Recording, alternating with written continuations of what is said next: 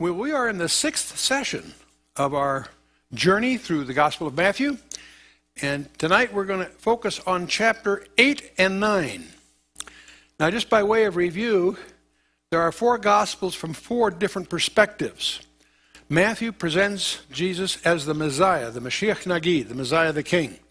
Mark, the suffering servant, Luke, the Son of Man, and John, the Son of God. That means they have different genealogies. Except Matthew doesn't have a genealogy. You don't care about the pedigree of a servant normally. Matthew focuses on what Jesus said and usually tying it to the Old Testament. Mark, what he did. Mark's like a shooting script. We're going to pop over to Mark in a couple of things tonight to show you the differences. Luke, a doctor, was interested in his humanity. And there we usually get a glimpse of what Jesus felt. And John is the mystic of the bunch, presents him as the Son of God, and focuses on who he really was. Now, Matthew writes to the Jew, Mark and Luke both to Gentiles, Roman and Greek, and John to the church. But the first miracle in each one of these is consistent with their primary theme. And Matthew, being Jewish, picks a very Jewish thing. His first major healing there is a leper cleansed. And of course, leprosy is to a Jew, idiomatic at least of sin. And Mark and Luke both have demons expelled. That's a typical Gentile focus. And John has this strange thing, the water to wine, which has, well, that's a whole other thing. Okay, let's move on. They also end very characteristically. Matthew, very Jewish thing, ends with the resurrection. Mark, the ascension. Luke, the promise of the Spirit, setting up his sequel, the book of Acts. And John, the promise of his return, setting up his sequel, the book of Revelation. So, very interesting. And of course, this all is exemplified by the four sides, the four camps around the tabernacle, with the ensigns of the lion, the ox, the man, and the eagle, a glimpse representing, in a sense, those same four Gospels. So we're in Matthew, and we finished section 1 last time, the first 7 chapters. The genealogy of Christ, the birth of Christ, the Magi and all of that, the baptism of Christ, and then the temptation of Christ, presenting Jesus Christ, and then as the King. And then we have the manifesto of the King, what's commonly called the Sermon on the Mount. And in chapter 5, you may recall, the first 16 verses describe what a true Christian should be and deals with his character. And the rest of the Sermon on the Mount, chapter 6 and 7, dealt with the conduct that should come out of that character. Character always comes before conduct because what we are determines what we do. Character versus integrity. We talked a little bit about that in the earlier times. Integrity is belief plus discipline. It's the vertebrae of the soul. Character is taking that integrity and coupling it with wisdom. And the fear of the Lord is the beginning of wisdom. Knowledge of the holy is understanding. And so in the first 16 verses of chapter 5, Jesus showed us what true righteousness was and that it's inward. And from the rest of that chapter, he points out that sin is also inward, not just outward acts. So he exposed the false righteousness that pervaded at that time. And holiness does not consist in actions. It's not what you just do outwardly. Then we, of course, went through the Beatitudes, which basically recognize what a citizen of heaven should be doing. And they're be-attitudes, not do-attitudes. It's not what you do, it's what you really are. You want to be those things. And he did not give the Sermon on the Mount to unbelievers, but he gave it to the disciples, those who were already his. Many people misunderstand that. And the poor in spirit, our attitude towards ourselves. Blessed be those that mourn. That was the attitude towards sin, true sorrow for sin. The meek, our attitude towards others, being teachable and not defending ourselves when we are wrong and so forth. Hunger and thirsting after righteousness. We understand our character by its appetites. And blessed are the merciful, having a forgiving spirit and loving others. And pure in heart, keeping our lives and motives clean and accepting no substitutes. And blessed are the peacemakers. We should bring peace between people and God and between people that are at odds with each other. And blessed are the persecuted, because he promises persecution. All those who live godly lives will suffer persecution. And then he talks a lot about commandments, and people miss the point. He is speaking as the lawgiver, not just the law interpreter. And he's speaking of his commandments. Which are these commandments he's talking about? The ones that we find in the remainder of the sermon, from Matthew 5 and continuing 6 and 7. He will emphasize all through his words in contrast to Moses' words. And that's important to understand. And of course, it is a call to obedience. In modern day Christians, we tend to overlook that. It is a call to obedience to his words. And so he fulfilled the law for us. He became our sacrifice and shed his own sinless blood on our behalf. And he offered himself once and for all for the sins of mankind. That's one way he fulfilled the law. He fulfilled it in another way. See, everything was fulfilled before Jesus' death on the cross when he uttered his last words, tetelestai. It is finished, or paid in full, more precisely. The second way he fulfilled the law is that he taught and commanded that God's will is under the new covenant for those who would enter the kingdom of God. And the whole new covenant, of course, is why we call it the New Testament or New Covenant. He gave us a new set of rules for us. And Paul himself called those Christ's law in contrast to the Mosaic law. Some of them were the same as God had given in the Old Testament law, but many were changed. But most of the Old Testament law was not included in Christ's law. There's a number of things that were expressed in the Mosaic law that Christ makes no mention of, and we'll see more of that as we go through the book of Matthew. The law of Christ. He did not set aside the law of Moses. He fulfilled it for us. That's the key point. He takes the law, interprets it to the extreme and in the absolute sense, and then he absolutely fulfills it for us. So your salvation does not accrue because of your any imagined ability to fulfill Matthew 5, 6, and 7. Because Jesus did, and you can appropriate his achievement to your benefit. That's really the gospel. Well, moving on. We're now moving into section 2. That was all in section 1, the presentation of the king. And now we're going to see him express his credentials over the next 5 chapters, 8, 9, 10, 11, and 12. There's some of the highlights that we're going to get into, the calming the storm, and this interesting encounter with the demons at Gadara. In chapter 9, we're going to see the call of Matthew himself occurs chronologically there.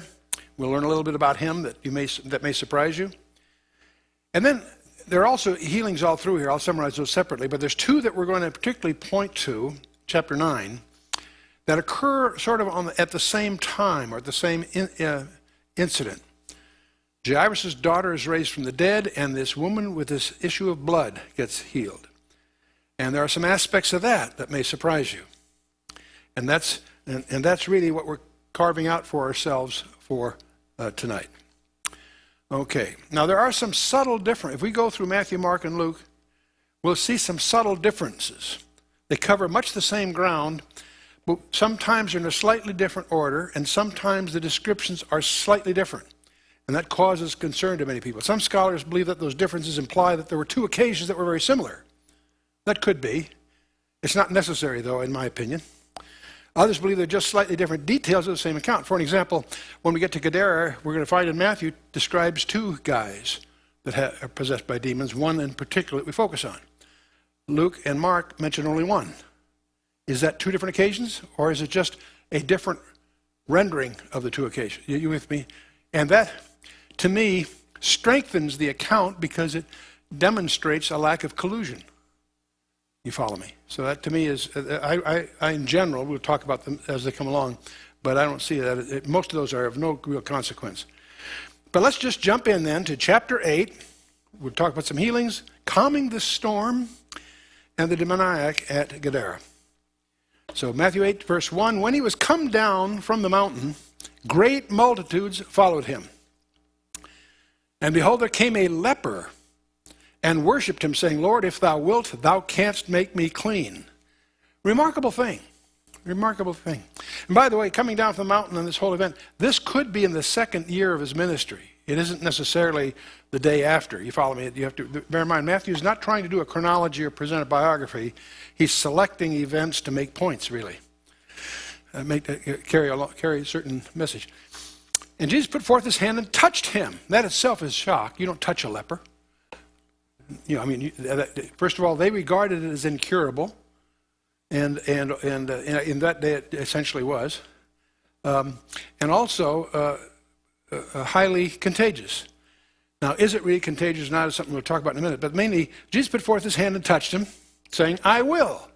See, it wasn't a question of being able to. The leper took for granted that he could. The leper somehow understood that he was Lord.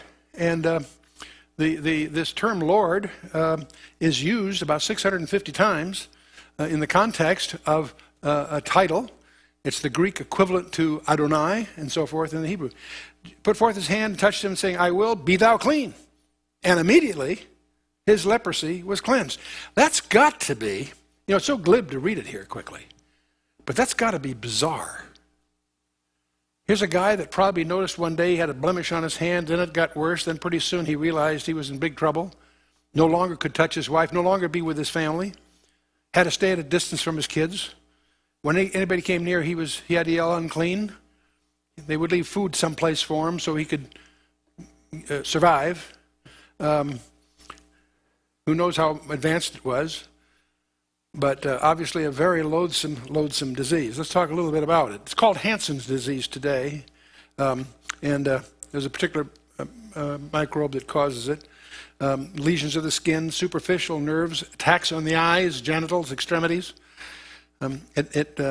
Basic internal corruption eventually causes erosion of the tissue, and it results in deformed and erosive extremities.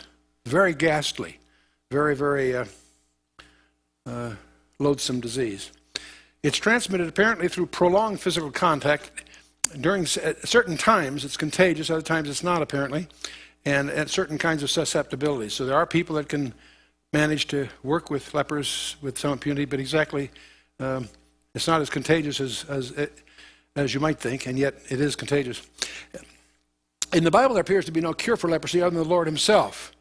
We find Miriam being cured of leprosy in Numbers 12, Naaman, the Syrian general, in 2 Kings 5, all by acts of God, being cured by that. Dapsone is a drug today that they use to treat. The resistance to that drug, though, is increasing. There are about 2 million known cases of leprosy, and many suspect there may be 11 million if all were known and reported. So it's a non-trivial issue, even in modern society. It is regarded in the scripture and treated as a type of sin. There are two common types of idioms of sin. One is leavened bread and also leprosy. Both in their way speak of sin. Leprosy is a disease, an inner corruption that manifests itself outwardly in the later stages. So does sin.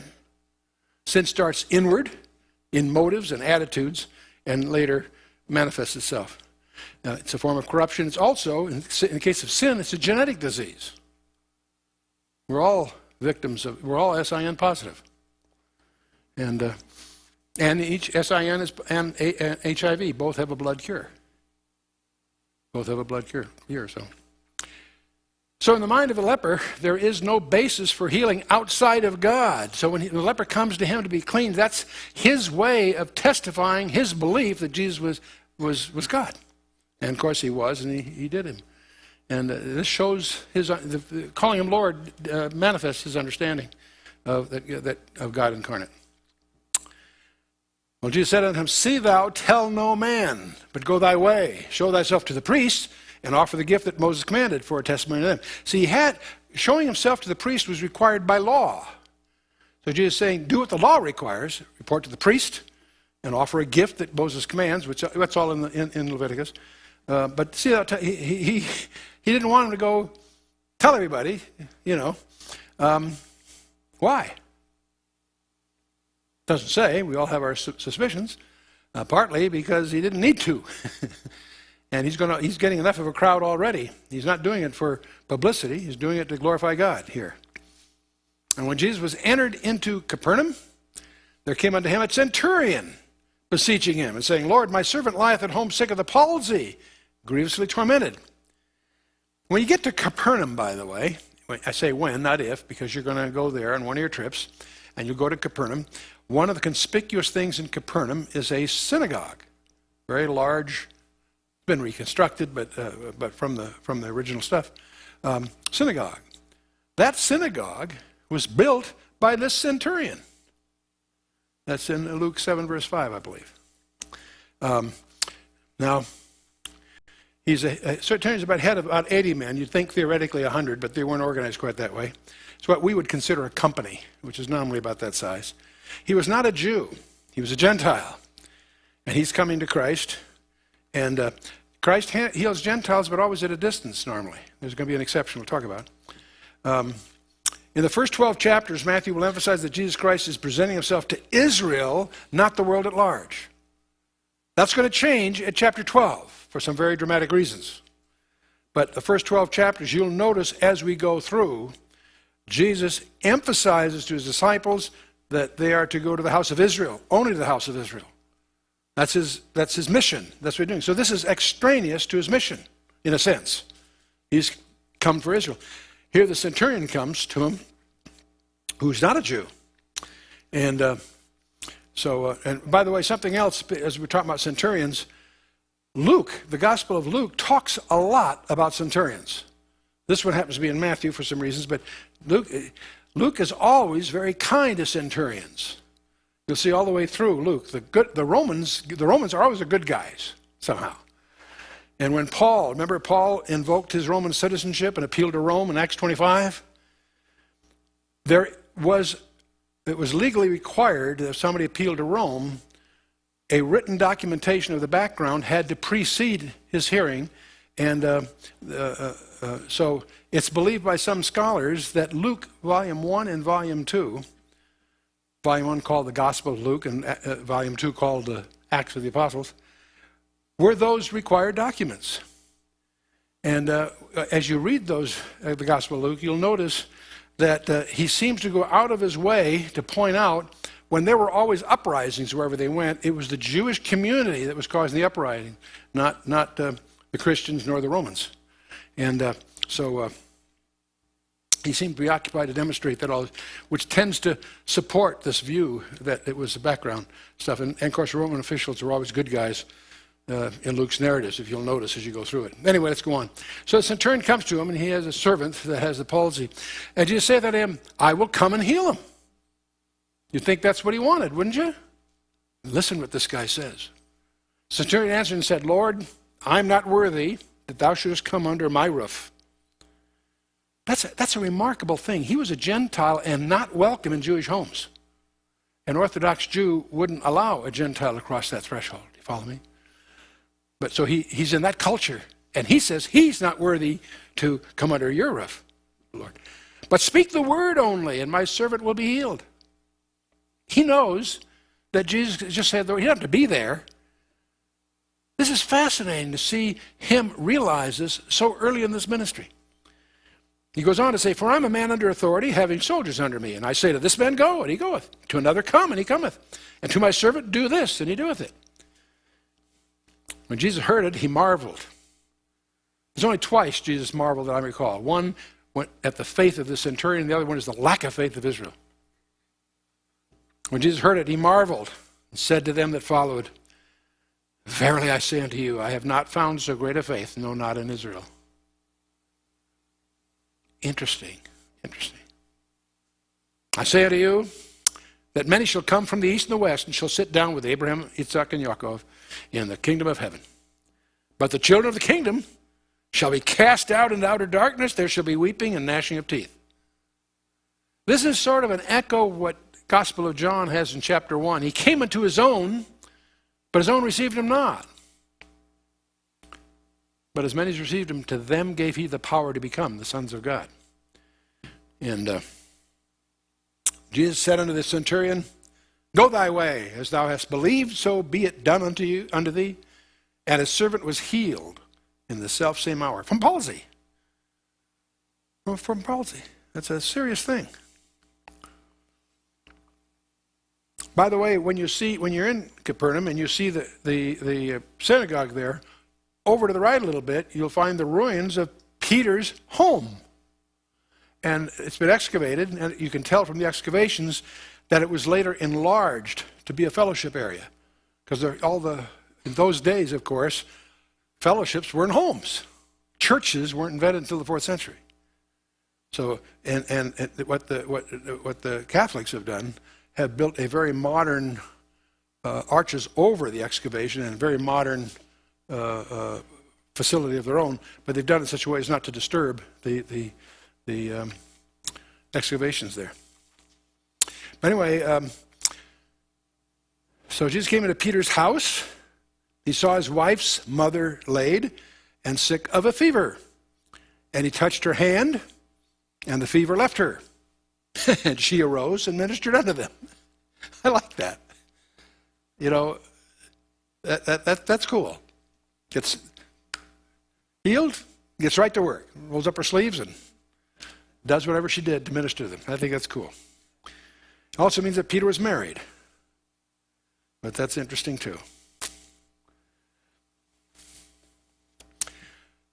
It's interesting, Paul writes in some of his epistles how it's fine for people in the ministry to be married. He wasn't. We don't know if he wasn't married and she passed away. There's a big debate about that among scholars. But the point was, what's interesting, there's all this nonsense being promoted by Dan Brown's book, The Da Vinci Code, the idea that Mary Magdalene and Jesus were somehow married and so forth. Obviously not biblical for lots of reasons, but just as one argument to arm you with, should you get into discussion like that, Paul makes an argument that it's okay to be married and uses the fact that Peter was married as an example. If Christ was married, he would have used him first. Okay, now Christ is going to be married. We're going to attend the marriage supper of the Lamb, right? But anyway, people who fall for the Da Vinci thing, it just demonstrates how shoddy the biblical background they have is. It should prompt you to do some homework. Anyway, let's go on. When even was come, they brought unto him many that were possessed with demons. It says devils. That's an unfortunate translation. There's only one devil or many demons. So it really should be demons, possessed with demons. And he cast out the spirits with his word and healed all that were sick. One simple sentence, but wow. They brought him many that were possessed with demons, and he cast out spirits with his word and healed all that were sick. There are many today that take the view that that's just old-fashioned language for mental disease or something. Nothing could be further than the truth, and we're going to see that demonstrated before the evening's over. Demonic attacks. Demons are real. They're very malevolent, very resourceful. They have some limitations. We'll talk about that. But they're very, very real. In fact, there are probably a lot of cases that are attributed to mental illness that are demonic. And that's a whole other area to get into, but we'll leave it here for now. That it might be fulfilled, which was spoken by Isaiah the prophet, saying, himself took our infirmities and bare our sicknesses. And he's quoting here from Isaiah 53. And this verse from Isaiah is one of the most abused verses in the Scripture. Because there are all kinds of guys on television and elsewhere that use this verse to claim a power of healing. That's not what this is talking about. He took our infirmities and bare our sicknesses on the cross. He's speaking of sin, something far more serious than the kind of illnesses and so forth we're talking about. This is the context here of the demon spirits and so on. Don't misunderstand me. God does heal today, and people are healed miraculously through prayer and laying on of hands and certain. But God is sovereign. He will. There's no formula. There's no. It does it when it pleases God to show His strength that way, and the application of this by people who are raising money on television is a misapplication in many respects. Enough said, let's move on. Now when Jesus saw a great multitude, one last thing about that. These guys that are on television with their wealth gospel, the name it and claim it, or blab it and grab it, call them what you like, that's scriptural. It's in Revelation 3. These are people who believe they have need of nothing, right? They don't realize they're poor, wretched. If you look at the Laodicean thing, that's exactly, it describes them to a T, by the way. Anyway, going on. Now when Jesus saw great multitudes about him, he gave commandment to depart unto the other side. See, they're at the Sea of Galilee. They're at Capernaum, which is I'll show you a map in a little bit. And it's getting crowded. So one way to get the crowd is to pop into a boat. And incidentally, obviously, the lead apostle is whom? Who's the number one guy? Huh? Peter, sure. He's got certain gifts, foot in the mouth disease, you know. Ready, fire, aim, Peter. But neat guy. And you see him, he's always on the inside. He has a brother, Andrew, that often tags along. But Peter, James, and John are the inside three. But they were all partners in fishing businesses. And get that in your mind, because these guys are not, these are not bookworms, stay-at-home guys. These are outdoor, rugged. They would be competing for the Iron Man each year, I would imagine, that sort of thing. So on. Well, so anyway, he gave commandment to depart to the other side. So they jumped in a boat, went across. And a certain scribe came and said unto him, Master, I will follow thee whithersoever thou goest. And Jesus said unto him, the foxes have holes, and the birds of the air have nests, but the Son of Man hath not where to lay his head. In other words, you better count the cost before you sign up being a disciple. You always want to check out the destination before you buy the ticket, right? Another of his disciples said unto him, Lord, suffer me first to go and bury my father. He said to him, follow me and let the dead bury their dead. Now that can mean a lot of different things, okay. When he says, we always visualize, suffer me and go and bury my father, that you visualize the father has died, he's got to hang around to do the funeral. That may be what's in view, but not necessarily. What he might be saying, you know, I've got a father I've got to take care of. Until he passes on, I'm tied down. I can't join you now. And Jesus is saying, follow me. Let the dead bury the dead. No, let the spiritually dead take care of those that aren't saved. That's sort of, if you take it either way, it's still, Jesus is telling you where to put his emphasis. And that gives me personally a huge problem, by the way, because I don't like to go to funerals. I think they're morbid. If it's a Christian, it's a celebration. And I've done a few of those. And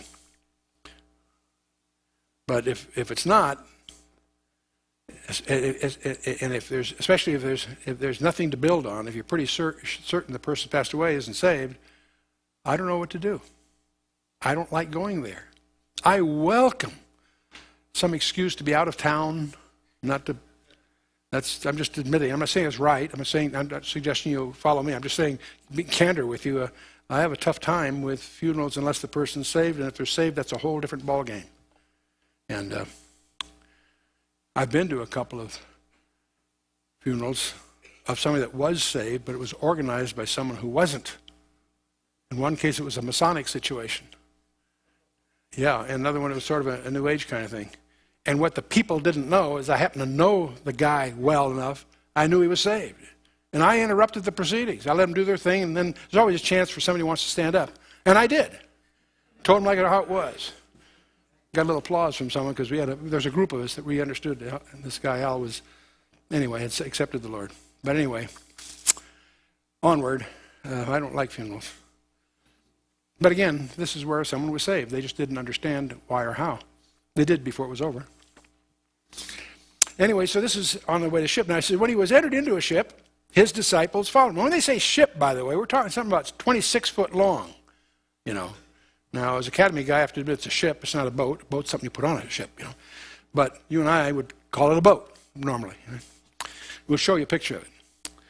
And when he was entered into a ship, his disciples followed him, and behold, there arose a great tempest in the sea, insomuch that the ship was covered with waves. But he was asleep. Boy, that says a lot. First of all, when I first saw, my first time I saw the Sea of Galilee, was I disappointed? About the only thing in Israel I was disappointed with. We're coming up over the hill, down from Nazareth, you come up from Nazareth, and you're going up over this hill, and then you start going downhill, and there's a sign that says, you're going below sea level, and always tell everybody in the bus to be sure to roll up your windows.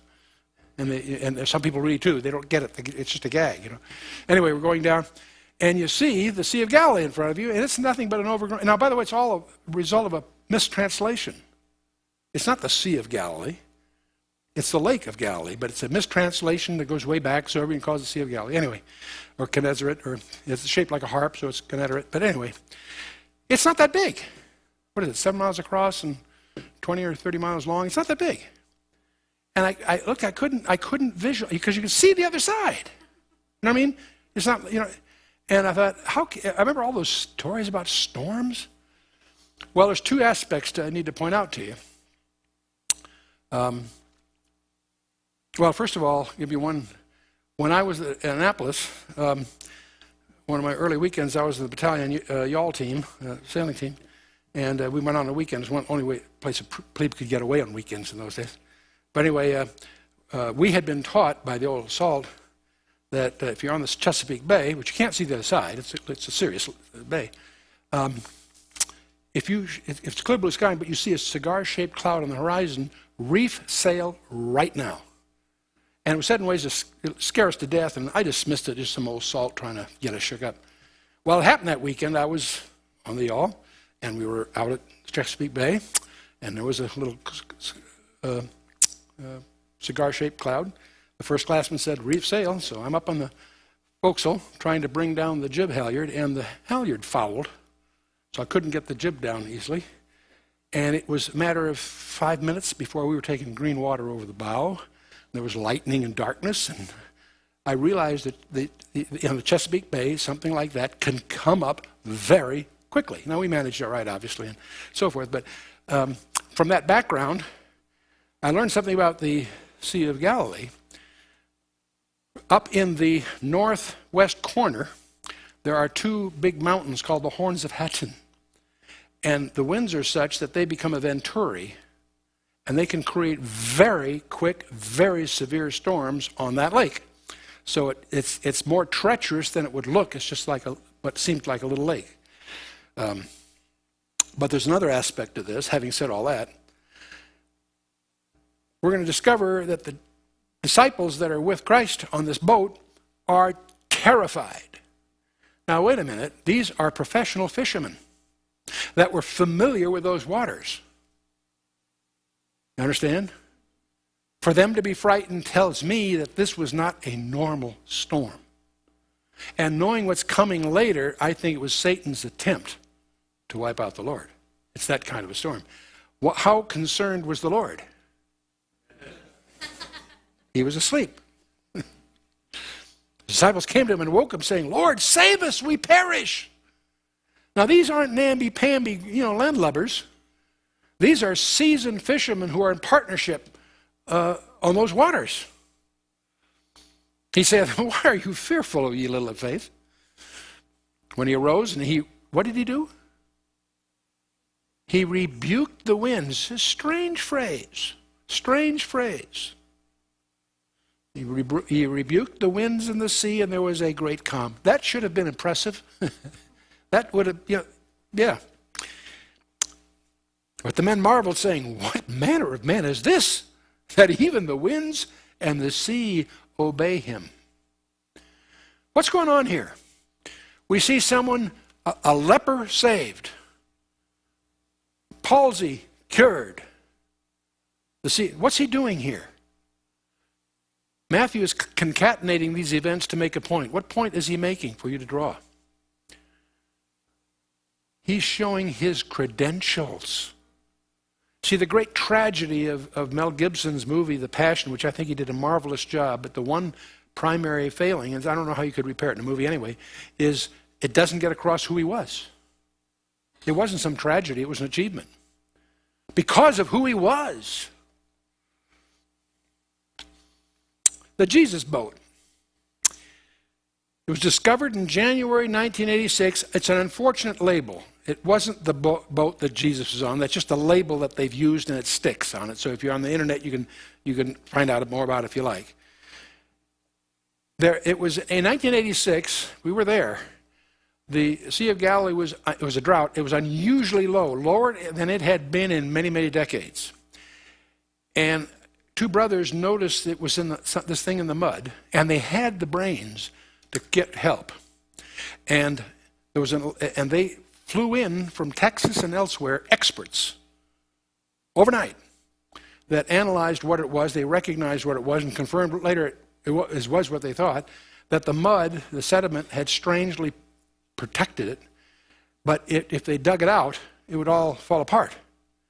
So they did it. They spent 11 days getting under it and wrapping it with polyurethane. Then they worked out a deal over 11 years to dry it out. It was submerged in a solution of heated polyethylene glycol, and the synthetic wax then replaced the water within the wood cells. Okay? The hull then was allowed to dry very slowly, literally over 11 years, thus allowing its present exhibition in what is now an atmosphere-controlled museum. And this is what it looks like. It's 26.5 feet long, 7.5 feet wide, 4.5 feet high. It has, in fact, been dated between the 1st century BC and the 1st century AD. So what it is, it's a representative boat of what was on the lake in those days. Doesn't mean it was the boat that they had. That's getting a little silly. In fact, they learn a lot about it. The wood has its numerous repairs, the reuse of timbers, and they have 12 different kinds of wood in it, indicate that it had a long working life, many repairs, and apparently by an owner of very meager means. That's what they've been able to infer from the study. Of course, it's been studied like mad, as you can imagine. And it's now in a special museum. And you can go there and take a look at it, and they have obviously a little video they'll show you and all that stuff. So, okay, that gives. When he was come to the other side, now if you visualize the Sea of Galilee going from the north end down towards maybe the middle of the northeast side, that's where they are. He came to the other side unto a country of the Gergesenes, or sometimes called Gadara. That was the region on the other side of the Jordan that the tribe of Gad settled in. Gadara probably derives from that. And that's the area that controls it there. But anyway, there met him two possessed with demons, coming out of the tombs, exceeding fierce, so that no man might pass by that way. There's a region up there, by the way, that still is tombs, and there still are, what do they call them, troglodytes, that it's dangerous to go there by yourself. Not where we go, but I mean, there are regions because they're outcasts and homeless brigands of different kinds. But there's two. Matthew talks about two. The other gospel writers only focus on one. I don't see that's a problem, but I just mentioned it to you. We won't be caught by surprise. And since they're demon-possessed, they're violent, and they're typically take their refuge in the tombs. And these are fierce and menacing, obviously. And behold, they cried out, saying, get this now. This is an important sentence to think about. What have we to do with thee, Jesus, thou Son of God? Art thou come hither to torment us before the time? Well, wait a minute, man. First of all, they're knowledgeable beings inside these men. This isn't some kind of mindset. Jesus hadn't announced that yet. He's demonstrating it by his actions, in a sense. We can infer that he is, obviously. And he's going to talk about that more explicitly later. But what have we to do with thee, Jesus? Art thou come hither to torment us before the time? They acknowledge his supremacy. They're not afraid of him. They just know he's in charge. They're afraid in the sense, they're not trying to intimidate him, is my point. That's what I really meant to say. They also know that they're destined for torment at a time yet future. What's he doing? Coming early? That's what their question is. Do you realize all that conveys for us? Demons aren't a euphemism for mental disease. These are knowledgeable beings, spirit beings, that are indwelling. How many do you notice it's plural, we? That's not because there's two demoniacs. That same record is with when it speaks of the single one. There's more than one inside this guy. How many do you think? Mark tells us 2,000. Can you imagine? Gadara, capital of Roman province of Perea. Perea is the region on the other side of the Jordan. It stood at the summit of a mountain about 6 miles southeast of the Sea of Galilee. That's Gadara itself. The remains of Gadara are its tombs, which dot the cliffs for a considerable distance around the city. The present inhabitants are called troglodytes. Dwelling in tombs is what it means. Like the poor maniacs of old, occasionally they're almost as dangerous as to unprotected travelers, according to Easton's Bible Dictionary. But it's interesting. We're going to find swine up there. You're going to say, what are they doing up there? Well, Gadara was a Grecian city, not a Roman city. That's why they're being raised, because the swine were outlawed in Jewry.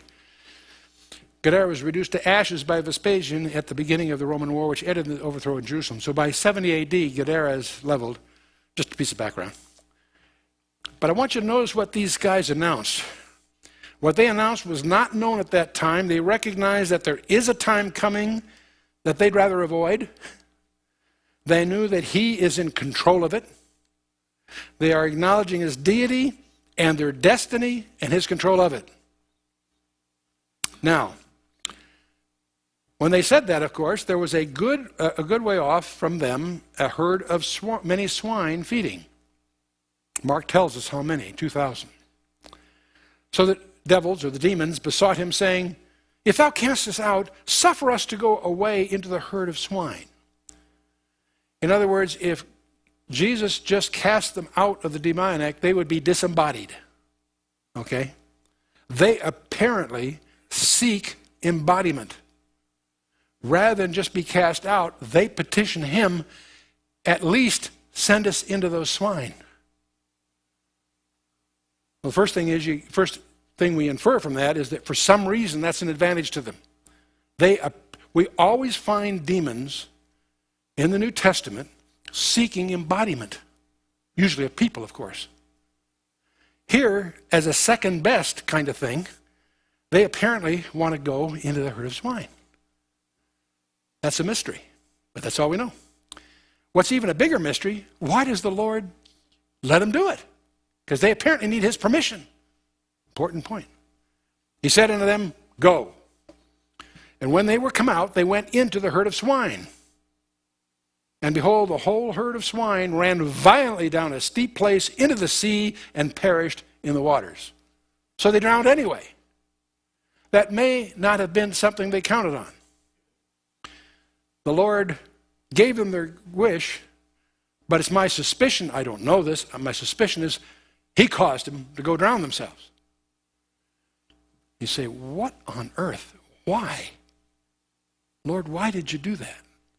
I can only think of one plausible reason. To let us realize they're real. These aren't a figment of the guy's imagination. This isn't, some kind of mental disorder where he can change his voice and pretend he's demon. You follow me? These things, obviously, were real. And that's the point. This episode, recorded in several of the Gospels, is an insight into demons. And we call this the case of the deviled ham, of course, but all right. I refrained using that title on other things, but it took a lot of restraint to do that. Now, okay, that has had a rather gloomy aspect on their economy. 2,000 swine are worth a lot of money. They that kept them fled. Apparently they were around. In other words, the swine keepers, the shepherd types, that were watching over these 2,000, watched all this happen. They were not too excited about that. Well, I guess they were excited about the negative sense. They that kept them fled and went their ways into the city and told everything what was befallen to the possessed of the demons. And behold, the whole city came out to meet Jesus. And when they saw him, they besought him that he would depart out of their coasts. He was, hurting business. That must have been a strange time because they must have been really shook. At the same time, do it somewhere else, kind of thing. Not in our neighborhood. They came over to the other side of the sea into the country of the Gadarenes. And when he was come out of the ship, immediately there met him out of the tombs. Oh, excuse me. What I'm doing here, I'm shifting to Mark chapter 5 to give you the same tale as expressed by Peter's secretary. Young Mark was, we believe, the guy that did the penmanship or writing for Peter. This was Peter. Many people feel it's Peter's gospel. There came over to the other side of the sea into the country of the Gadarenes, and when he was come out of the ship, immediately there met him out of the tombs a man with an unclean spirit, who had his dwelling among the tombs, and no man could bind him, no, not with chains. See, Mark's a little more graphic. Of the four Gospels, Mark writes the shooting script. When they sit on the grass, he says it's green grass. Little things that creep in there. You can't, when you're reading Mark, you can't help but get a visual picture. He's just well, that's Peter. Couldn't bind him, not with chains. Because that he had been often bound with fetters and chains, the chains had been plucked asunder by him, and the fetters broken in pieces, neither could any man tame him. And always, night and day, he was in the mountains and in the tombs, crying and cutting himself with stones. See, the demons always destroy their host. They have an agenda. It's adverse to you. And when he saw Jesus afar off, he ran and worshipped him and cried with a loud voice and said, "What have I to do with thee, Jesus, thou Son of the Most High God? I adjure thee by God that thou torment me not." And he said unto him, "Come out of the man, thou unclean spirit." And he asked him, "What is thy name?" And he answered, saying, "My name is Legion, for we are many." Whew. And he besought him much that he would not send them away out of the country. Now there was nigh unto the mountains a great herd of swine feeding. And all the demons besought him, saying, "Send us into the swine, that we may enter into them." And forthwith Jesus gave them leave. And the unclean spirits went out and entered into the swine, and the herd ran violently down a steep place into the sea. They were about 2,000, and were choked in the sea. And they that fed the swine fled and told it in the city and the country, and they went out to see what it was that was done. And they come to Jesus and see him that was possessed with the demon and that had the legion, sitting and clothed and in his right mind, and they were afraid. That must have shook them up, because they knew this guy. They knew his history, and he's sitting there in his right mind. And they that saw it told them how it befell to him that was possessed with the devil, and also concerning the swine. And they began to pray him to depart out of their coasts. They're going to come back later and cheer, because he's going to tell his side of the story, and over time, there's another occasion where they come back, and scholars suspect that by then the mood has changed, even though it's obviously a Gentile region. Okay, moving on, still in Mark 5. When he was come into the ship, he that had been possessed with the devil prayed him that he might be with him. Howbeit Jesus suffered him not, but saith unto him, "Go home to thy friends, and tell them how great things the Lord hath done for thee, and hath had compassion on thee." And he departed and began to publish in Decapolis, that's a group of 10 Greek cities that was in that region, how great things Jesus had done for him, and all men did marvel. And there is scriptural evidence to indicate that that was a revival of sorts that came, because he came there later and they were cheered. The declaration of demons, what they announced was not known at that time. They recognized there's a time coming that they would be rather avoid, that God was in control of it, and they acknowledged his deity, their destiny, and his control of it. Demons, I suggest to you, are different than fallen angels. There's a tendency among Bible students to sort of lump them all in one bucket, fallen angels, demons, and indeed they're all malevolent. But we know from the scripture there are ranks of angels. And we find many allusions to that. What do we know about angels? We know that they can materialize at will. We're told in the scripture that many have entertained angels unawares. We're talking about the good guys, of course, but still, they can materialize. They have that ability. They can take people by the hand. They do in Genesis 19 and a lot of other places when they take Lot and his family out. They sit down, they can have meals, and so on. They can indulge in combat. One angel, one night after dinner, slaughters 185,000 Syrians. And I don't think there were 195,000 Syrians there. I think there's probably several hundred thousand. Those are just the ones they slaughtered. You know, the Turks used to do that. They'd slip into a camp and slit every other man's throat. Because the next morning when the guys woke up, it made them legendary. I'm not suggesting that necessarily was there, but I'm just saying you don't mess with angels, okay? Demons, though, are very different. They seem to be powerless except to the extent they indwell. They seek indwelling. And there is a suspicion among some scholars that what they may be is the disembodied Nephilim. In Genesis 6, we find fallen angels somehow, with women, had created hybrid offspring called the Nephilim, the fallen ones. And that was what brought on the flood, actually. Well, when those Nephilim drown, what happens to their spirits? We know from Isaiah 26:14 that they can't be resurrected because, in my opinion, because Jesus did not become a Nephilim and die for them. So they are, I think, captive to Satan, but I think they're disembodied spirits. So maybe that's what the demons are. And after the flood, we know that there are groups called the Rephaim, the walking dead. And the Rephaim cannot be resurrected. And Joshua's given this strange commandment to wipe out every man, woman, and child of certain tribes. Because there's a gene pool problem again. You won't understand a lot of the Old Testament unless you understand who the Rephaim really are. And then there's this whole business in Daniel 10. Those are very powerful angels dealing with the spirit of the power of Asia, of Greece and Persia. We know that demons are under Satan's control. They're some of his resources. They're malevolent. They're dangerous. They're around. And if you're not a Christian, you're vulnerable. I'm not sure you can make a big sales case out of that, but let me tell you, that's enough of a reason to get protected, because I believe you are protected if you're saved and not bluffed. This is not a term for just a simple psychiatric disorder.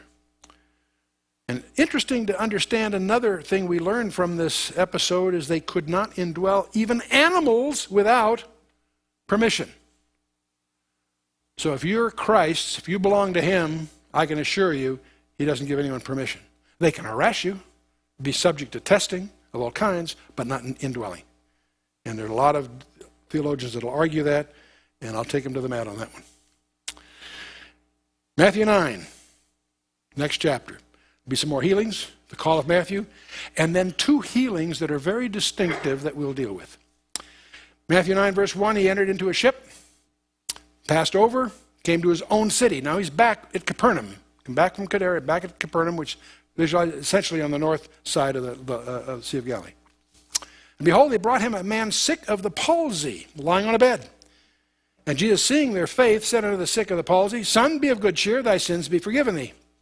This may sound familiar to you because you've read it in the other Gospels where to get him in, it was so crowded, they had to take part of the roof off and lower him in there. This is probably that same incident. Matthew doesn't get into those details, but it's the same thing. Because the issue that is joined here isn't just curing the guy, is thy sins are forgiven thee. There's a big theological issue here that comes to surface. Jesus, seeing their faith, said unto the sick of the palsy, Son, be of good cheer. Thy sins be forgiven thee. And predictably, behold, certain of the scribes said within themselves, This man blasphemes. Jesus, knowing their thoughts, said, Wherefore think ye evil in your hearts? For whether is easier to say, Thy sins be forgiven thee, or to say, Arise and walk. But that ye may know that the Son of Man hath power on earth to forgive sins. He then turns, I visualize. Then said he to the sick of the palsy, Arise, take up thy bed, and go unto thine house. And he arose and departed to his house. That's particularly impressive if you realize how it got there. I mean, they had to lower him through the roof, you know. He picks it up and takes it home. I love this. This is great. But when the multitude saw it, they marveled and glorified God, which had given such power unto men. See, the point was made, not just healing the palsy is what would impress us, but would impress a theologian or someone that's theologically sensitive, that he also had the power to forgive sins. There is nobody in the Old Testament, Moses himself, Abraham, you name it, that had the power to forgive sins. You get the picture? This is unique. This is the Creator incarnate walking around among us.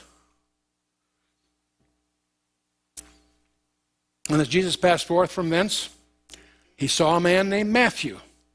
Actually, his name was Levi. He changed it to Matthew, but all right. Sitting at the receipt of custom.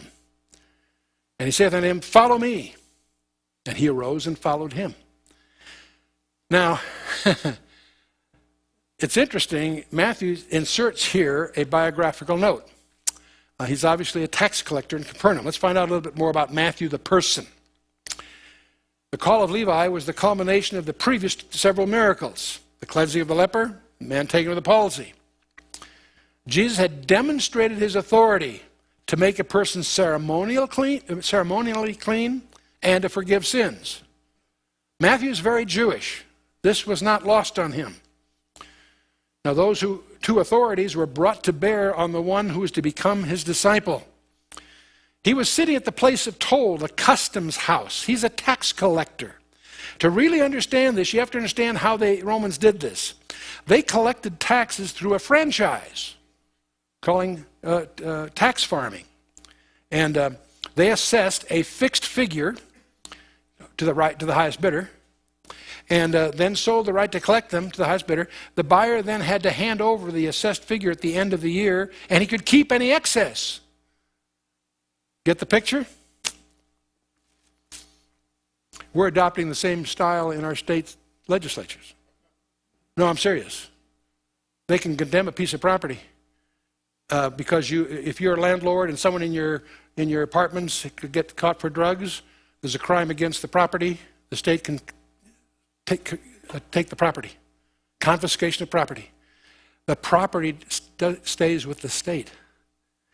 And if you spend 3 years fighting it and get exonerated, you don't get your property back, because by then it's been distributed. You want to look into those issues. They're growing, and it's eroding the whole concept of property ownership. Moving on. This, of course, invited extortion, as you can imagine. See, in Luke 5, it says, After these things he went forth and saw a publican named Levi sitting at the seat of custom, and said unto him, Follow me. And he left all and rose up and followed him. That's where we get the name Levi there from Luke. Jesus gave him a new name, Matthew, which means gift of God. He left all. He made a decisive break from the old life. This is something we need to understand. In Greek, the aorist participle, it's an imperfect indicative. Literally, he was continuously following him. In other words, it keeps going. This is quite a franchise to abandon. He left his toll. He left his calling. That means he broke with Herod, because all this was Roman but under Herod. And he abandoned any future with the Roman Empire. You realize what he cut loose from? He burned his bridges. No going back. No going back. He was probably collecting tolls on the boats on the seashore. He was an employee of Herod and a vassal of Rome. As a lackey of Romans, this position would have alienated him from the religious community of his day. He would not be welcome in the synagogue. He would not be welcome. He is like a collaborator with the enemy. He would have been excommunicated from the synagogue, and he could not serve as a witness in court. He was pariah. He was bad news. But he had a skill that you need to know. One of the obligatory qualifications among the professionals in the Greco-Roman world was that of a tachygraphos, or a shorthand writer. They had no carbon paper. They had no printing presses. All commercial transactions had to be copied, written down, books kept, all manually. All manually. And if your livelihood depends on that, it's no surprise they would develop shorthand techniques. And they have. Those shorthand techniques are mentioned in the Bible. And Matthew, as a former customs official, would have had a working knowledge of tachygraphy, which is shorthand writing, and thus may have been able to transcribe the Sermon on the Mount verbatim, just as Tertius and others were able to transcribe Paul's more verbose utterances. When you go to Psalm 45:1, we're going to the Old Testament now. In your English, it says, My heart isn't doubting a good matter. I speak of those things which I've made touching the king. My tongue is the pen of a ready writer. That word translated ready writer or skillful writer is a term in the Hebrew, quick-skilled scribe. But when it's translated in the Septuagint into the Greek, they use a synonym for shorthand writer, Oxygraphos. It shows up there. And what does that mean? It simply means that 300 years before Christ, that term in the Greek was a common term among the people. That's why it was used by the Septuagint translators. The fact that they use that term in the Greek translation of the Old Testament tells you that that term and that skill was a common thing among the people. Follow me? Okay. So there are professional stenographers. That's why they call them manuscripts. They're written by hand. I'm not being cute here. That's really what the word comes from. And specifically named ones. Who really wrote the book of Romans? I would say Paul. Well, you could sort of a catch question. No, Tertius did for him. And there's a whole bunch. Timothy was a scribe for 3 of the epistles himself. And Silvanus, and then Timothy, four by Timothy. And Silvanus, a couple of those. And some of the others also may have been, but they're not. These are places where they're actually named in the epistle. Luke 5, Levi. Now, something else I want you to pick up. You pick up in the Luke account. You don't pick up in Matthew. But we'll get into it. Matthew threw a party. Now, he's not a social guy. He's not accepted by who's going to come to the party? His peer group. Other guys that are publicans and tax collectors, whatever. Levi made himself a great feast in his own house.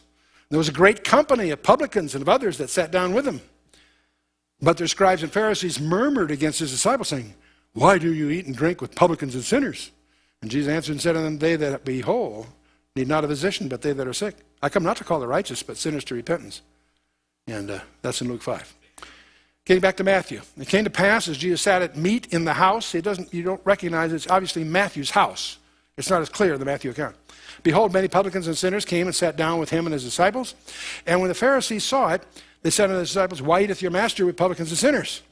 And Jesus heard that. He said unto them, "They that behold need not a physician, but they that are sick. But go ye and learn what that meaneth." And he's quoting here from Hosea 6, actually. "I will have mercy and not sacrifice, for I am not come to call the righteous, but sinners to repentance." That's really a summary of Hosea 6:6, actually. The reason I want to get the Luke thing, I want you to get the picture. This is a party Matthew threw. The first thing he did, he left his source of income, burned his bridges with the establishment, and throws a party. I'm sure to tell them, guess what I've discovered? I've discovered the Messiah. Let me tell you about him. Here he is, Then came to him the disciples of John, saying, remember John the Baptist had his disciples. They were a little different, they were repentance-oriented. Just saying, "Why do we and the Pharisees fast often, but thy disciples fast not?" See, John's disciples are still under the law. They hadn't really gotten with it yet. And Jesus said unto them, "Can the children of the bride chamber mourn as long as the bridegroom is with them? But the days will come when the bridegroom shall be taken from them, and then shall they fast." Well, obviously what Jesus is saying, as long as he's around, why should they? It's when he's gone. But notice the term he's using. People, they don't pick up on that. We're talking about a very interesting term here. And to understand that term, you need to understand the procedure in an ancient Jewish wedding. There was a betrothal with a ketubah, payment of the purchase price. Then they were both set apart and sanctified, so to speak, technically, because they're set apart. The bridegroom then splits, going back to the father's house, typically to build an addition for his new bride when the wedding's consummated. He prepares the room addition. The bride, in the meantime, prepares for his imminent return. She doesn't know how long it's going to be. She is considered committed. She doesn't date. Okay, it's a done deal. It just hasn't been consummated yet. She doesn't know when he's going to come. It could be a year or two. She has no idea. Song of Songs deals with this too, by the way, in the Old Testament. But if you want to get in and get our commentary, it'll help illuminate that whole thing if you want. But she prepared. Then what happens, he usually comes by surprise. We're in that mode. The covenant's established with us, 1 Corinthians 11:25. The purchase price was nothing other than the shed blood of Jesus Christ. The bride is set apart. That's what Ephesians 5 and a number of other passages deal with. We're reminded of the covenant with him. He's going to be coming back. The bridegroom left for the Father's house. That's where he is today. And he'll return by surprise to gather his bride. That's exactly what Paul talks about in 1 Thessalonians 4 and so forth. So our relationship with Christ is modeled by that wedding model. He even calls himself the bridegroom. You get that all should tie together. I invite you to do a careful study on the ancient Jewish wedding and see how it patterns. It'll get you used to the whole doctrine of eminence and the rest of it. But Jesus goes on to explain, no man putteth a piece of new cloth into an old garment. For that which is put in to fill it up, taketh from the garment when the rent is made worse. In other words, it isn't pre-shrunk. Neither do men put new wine into old bottles, else the bottles break and the wine runneth out and the bottles perish. But they put new wine into new bottles and both are preserved. But when they bottles, think of a wine skin, okay? And this tells you something else. It wasn't grape juice. Or at least it may have been when they put it in, but it's fermenting is what causes it to break. So when they say wine, they mean wine. But that bothers a lot of people, and we can go down that path, but the wedding Cana, anyway, let's move on. Now we're going to talk about two healings.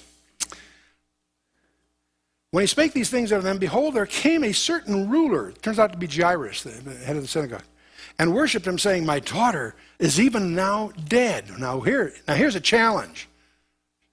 She's died. But come and lay thy hand upon her, and she shall live. There's a guy that has chutzpah. You know, he's convinced that Christ can even raise from the dead. He really understood who he's speaking to. Jesus arose and followed him, and so did his disciples. But something happens on the way we want to take note of. And behold, a woman which was diseased with an issue of blood 12 years came behind him and touched the hem of his garment. We learn from the other gospel writers that she spent all her savings over those 12 years trying to get help, and nothing. She has this hemorrhaging going on for 12 years. Came behind him and touched the hem of his garment. Now, the minute you get into this thing, you got to understand hems. You can take any one of these things and make a whole study of it. In this case, it's worth our departure here. In ancient Mesopotamia, to cut off the hem was to strip one of his personality, authority, and so forth. We wear rank typically on the shoulder, like in military, or on the sleeve, like a Navy or airline pilots, that sort of thing.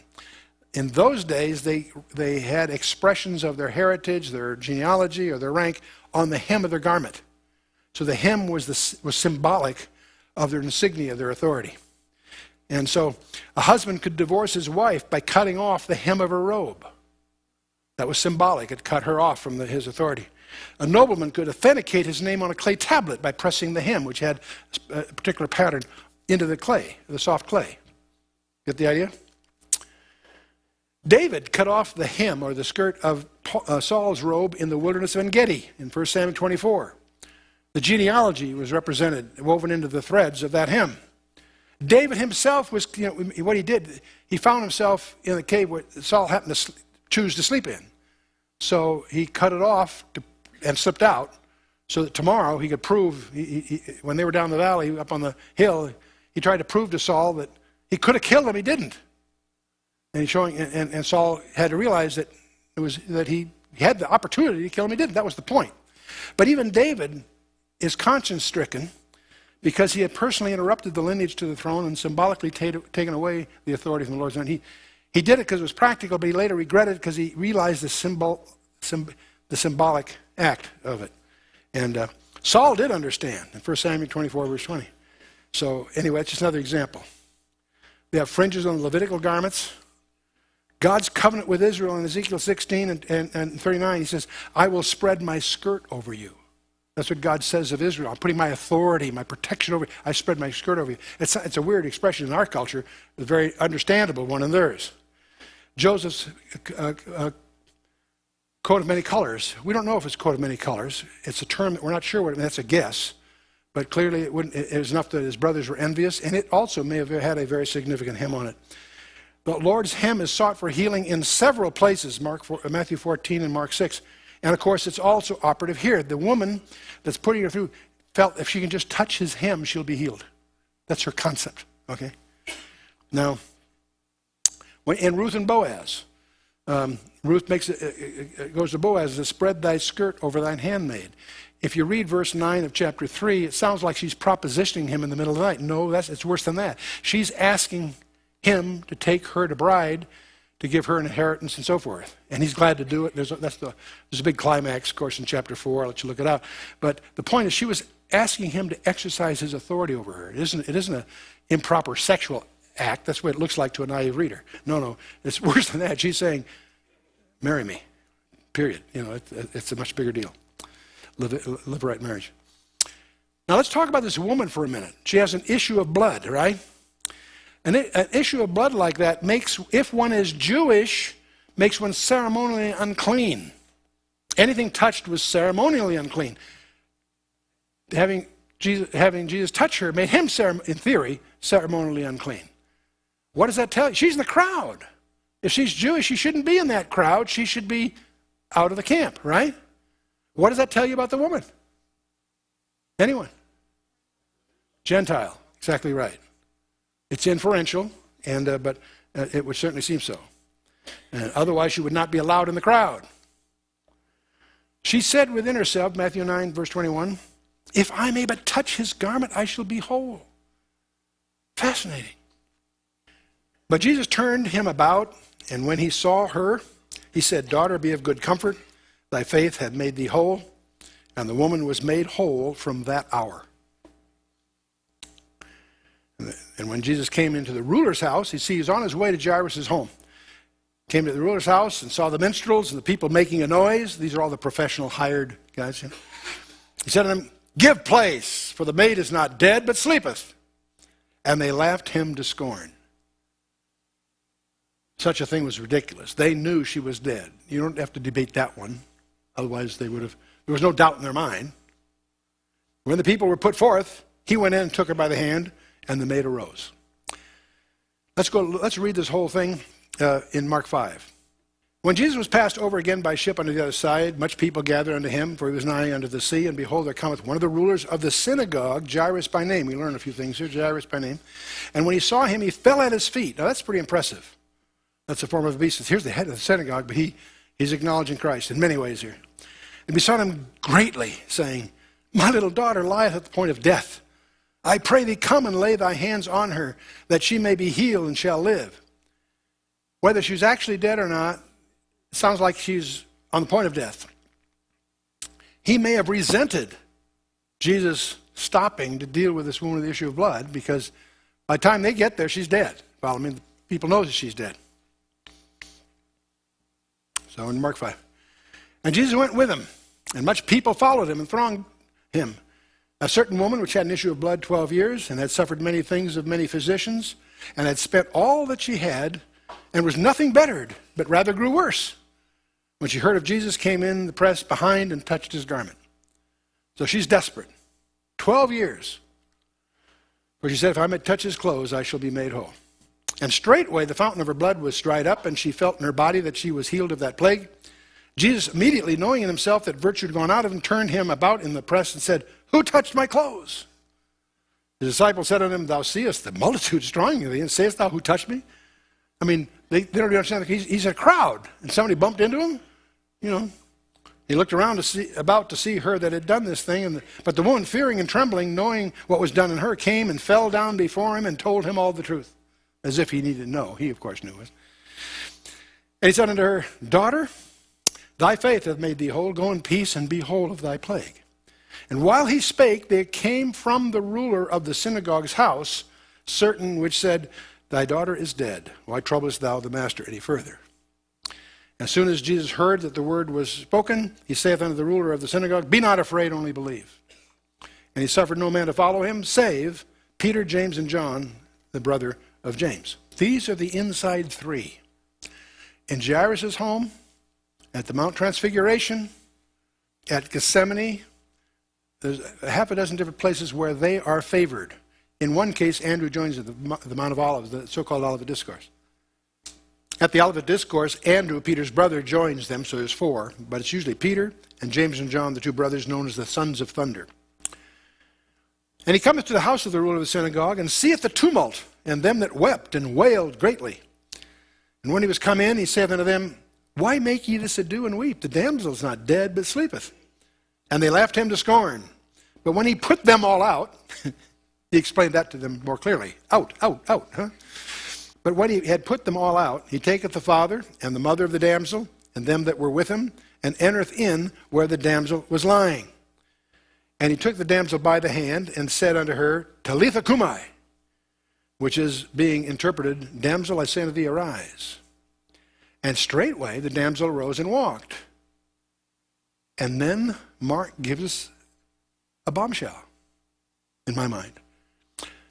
It's like one of these mysteries that you follow through, and it's got a complicated plot, but right near the end, there's a little twist that suddenly changes everything. Things weren't what they seemed, right? We discover, how old is the little gal? 12 years old. And they were astonished with a great astonishment. He charged them straitly that no man should know it, and commanded that they should give her something to eat. Okay. Now, why did the Holy Spirit connect? I believe the Holy Spirit connected these two events by the 12 years. There may have been no connection to them 12 years ago, but they're both here, both receiving the benefit of Christ in a connected way. Does that mean anything? Maybe not.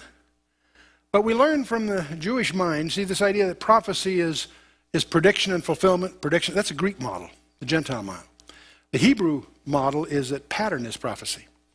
And Matthew hammers that all through. We looked at that, chapter 1, chapter 2, out of Egypt I've called my son, and so forth. Pattern is prophecy. Well, let's take a look at this. Is there a symbolic connection here?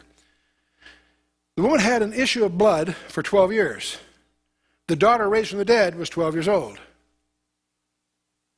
Who is Jesus Christ called on to raise? The daughter. The daughter of Zion. That's a title of Israel. 18 times in the book of Lamentations alone. It's a title of Israel, the daughter of Zion. En route to raising the daughter of Zion, a Gentile woman is healed by faith. Jesus came to Israel and was rejected, actually, but opened the door to the Gentiles. When the Gentiles are complete, Father says, Son, go get them. He takes them out, and God is once again presenting the kingdom to Israel. They rejected the first time, they'll receive it the second. And there's a pattern here that is, I believe, eschatological.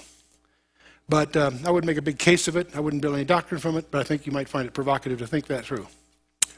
Moving on, then in Matthew 9, the fame thereof went abroad unto all that land. When Jesus departed thence, 2 blind men followed him, crying and saying, Thou Son of David, have mercy on us. And when he was coming to the house, the blind men came to him, and Jesus saith unto him, Believe ye that I am able to do this? And they said, Yea, Lord. 2 guys that are blind, man. And then touched he their eyes, saying, According to your faith be it unto you. And their eyes were open, and Jesus straightly charged them, saying, See that no man know it. But they, when they were departed, spread abroad his fame in all that country. And they went out, and behold, they brought to him a dumb man possessed with the devil. This one's a tough one for some strange reasons. The rabbis in the past did cast out demons from time to time. But one of the ground rules were they had to have the demon identify himself.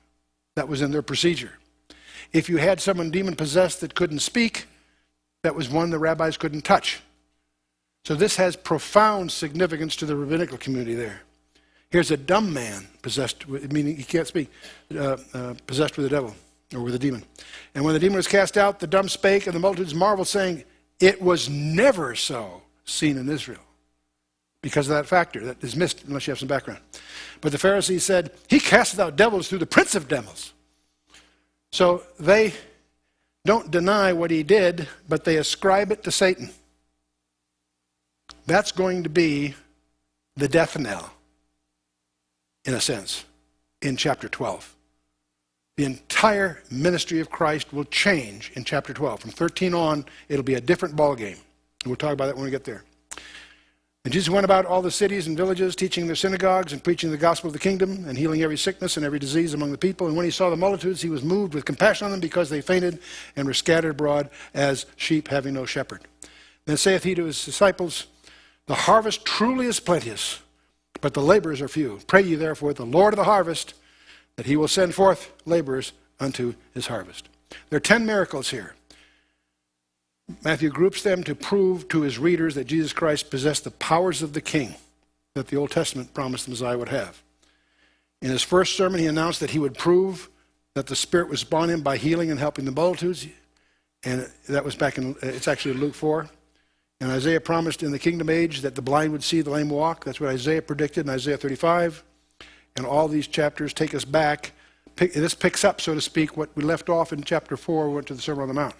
Ties it all together. Christ's credentials. He had power of disease in chapter 8, first 17 verses, leprosy, palsy, and fever.